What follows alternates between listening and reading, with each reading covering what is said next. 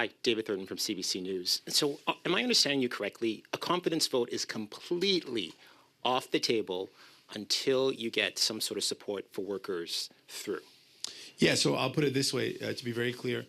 We believe at this time, with the urgency of what we're up against, the seriousness of the impact on our economy, on workers, the threat to workers' jobs, the increase in cost of living, that we want to see protections in place first and an election second. We're going to have an election this year. We're ready for that.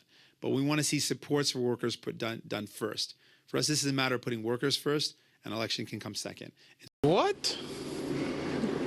Bro, what are you talking about, man? So yes, absolutely, we are ready to see supports passed in the House, put in place, working to support people who are hurt right now, and then we'll go to an election.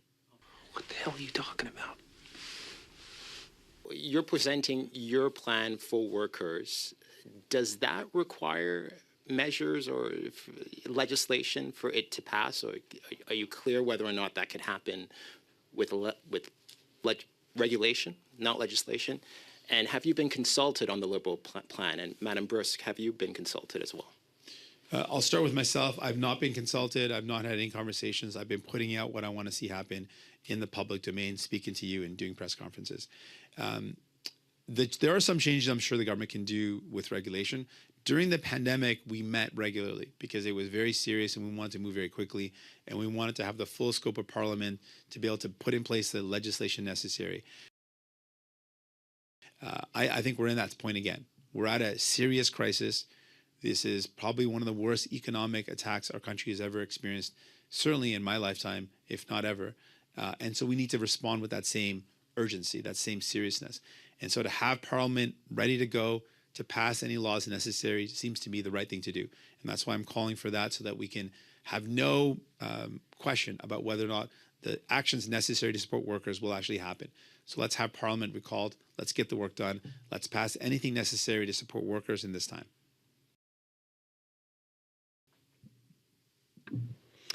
Hello, Mr. Singh.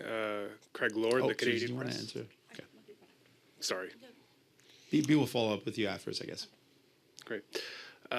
Craig Lord, the Canadian Press. You said you want to finish the fight with the United States. So what does Canada need to do that it's not doing right now to end this trade war once and for all? Well, a lot of what we heard from the leaders that we spoke to is that there is a lot of tools that we have that we can use and we're not using. Looking at export taxes on our energy that goes to the States, shutting off the flow of critical things that the States needs, like critical minerals. Looking at the fact that right now, when the United States has effectively torn up a free trade agreement, that means all bets are off. All the patent protection, all the medication patent protection that the United States relies on, that's off the table now, really. If they've teared up the agreement, what's to say that our generic medication companies can't actually start tooling up and building or producing the medication that was once patented?